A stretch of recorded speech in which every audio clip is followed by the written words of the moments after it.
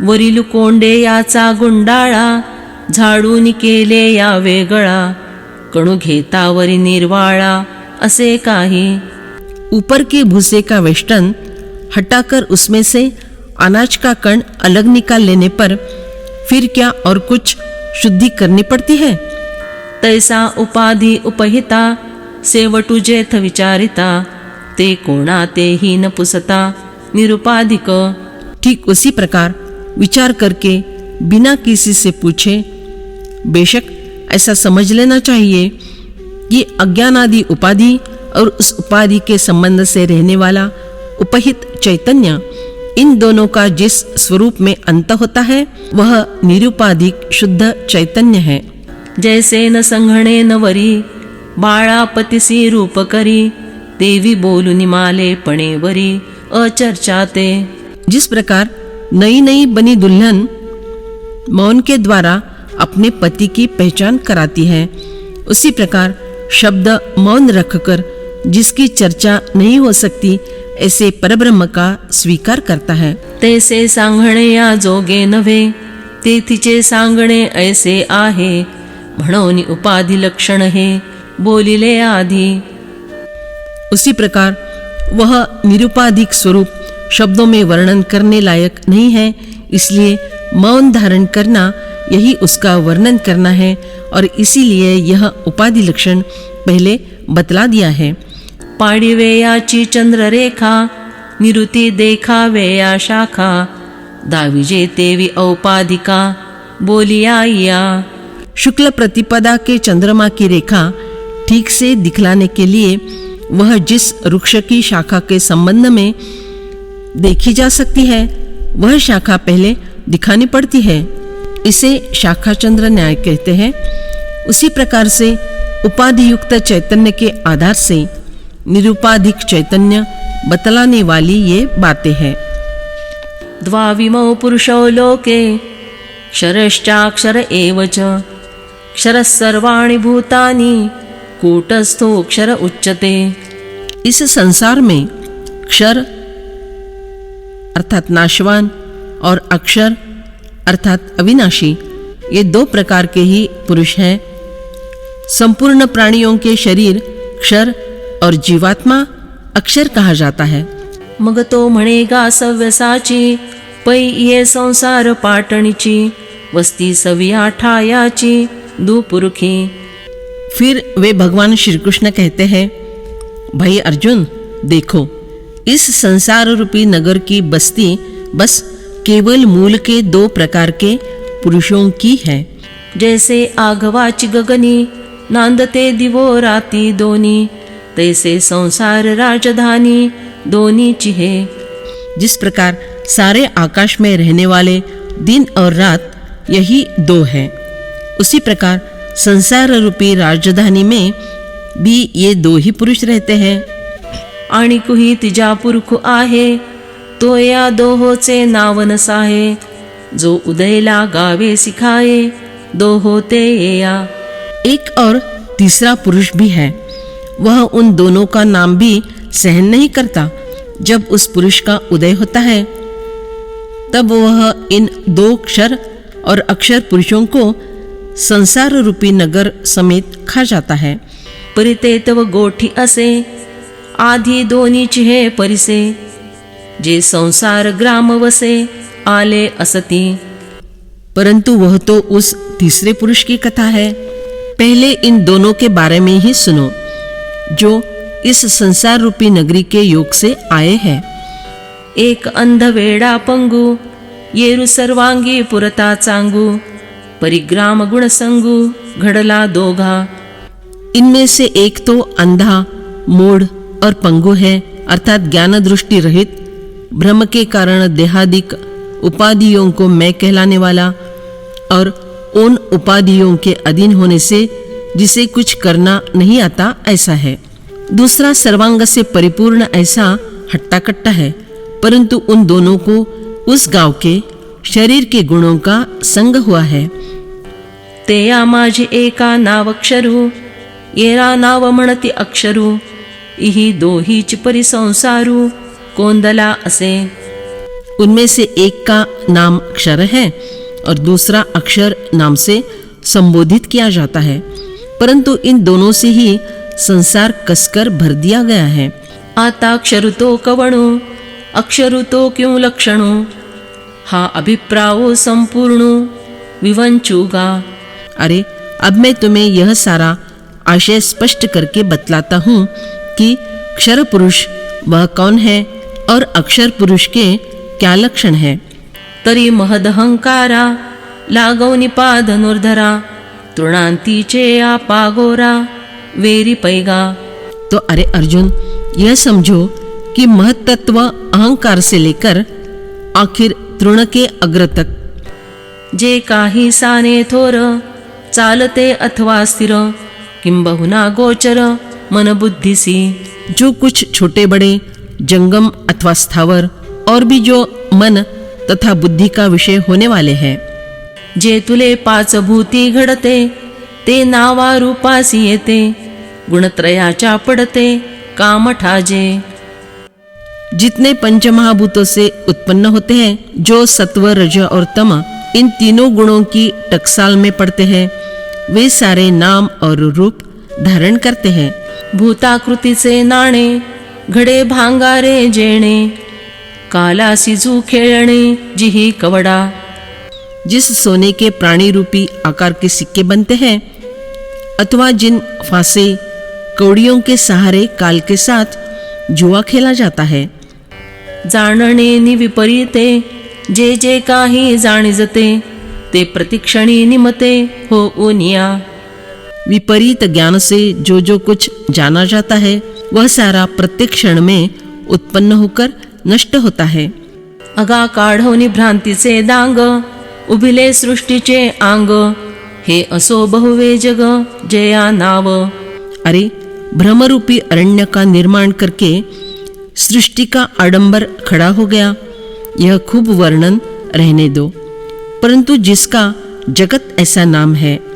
पै अष्टधा भिन्न ऐसे दाविले प्रकृति मीसे जे क्षेत्र द्वारे सत्य से भागी केले। देखो यह बतलाया गया है कि प्रकृति के कारण जो 8 प्रकारों के भेदों से युक्त हुआ है, जो क्षेत्र के वर्णन के द्वारा 36 प्रकारों में विभाजित किया गया है। हे मागिले सांगो केती अगा आताच प्रस्तुति वृक्षाकार रूपाकृति निरूपिले। यह पहले कही हुई बात फिर से अब कितनी बार कहूँ। अरे अभी अभी इसी अध्याय में वृक्ष रूपक के द्वारा उसके रूप का और आकृति का वर्णन हुआ है। ते आघवेची साकार कल्पोनी आपण या पुर जाले असे तदनुसार चैतन्यची। वह संपूर्ण आकार युक्त जगत अपना नगर है ऐसा समझकर चैतन्य ही तदनुसार साकार बना है। जैसा कुहा आपणची बिंबे प्रतिबिंब पाता सिंह क्षोभे मग क्षोभले निसमारंभे घाली तेथ। जिस प्रकार सिंह किसी कुएं के पानी में पड़े हुए अपने ही प्रतिबिंब को देखकर क्रुद्ध होता है, ऐसा समझ बैठता है कि अंदर कोई दूसरा सिंह है, फिर झल्लाकर आवेश से कुएं में कूद पड़ता है। का सलीली असतची असे व्योमतळी वरी बिंब पैसे चैतन्य द्वैत हो उनी तैसे द्वैत घे पै। अथवा पानी में दिखाई पड़ने वाला आकाश प्रतिबिंब रूप में ही भासमान होता है। एक ही सूर्यबिंब आकाश में तथा वैसा ही पानी के तल में प्रवेश किया हुआ दिखाई देता है। उसी प्रकार यह जान लो कि एक चैतन्य प्राणी मात्र में प्रतिबिंबित होकर अर्थात द्वैत का स्वीकार करके तदनुसार स्वयं अपने को द्वैत रूप समझता है। अर्जुना गा या परी साकार कल्पवनी पुरी आत्मा विस्मृतीची करी निद्रा तेथ। हे अर्जुन, आत्मा इस प्रकार इस साकार देह को अपना घर मानकर स्वरूप विस्मृति की नींद लेती है। पै स्वप्नी सेजारू देखिजे मग पहुडावे या पैसुकीजे तैसे पुरी शयनगा जाणीजे आत्मे यासी।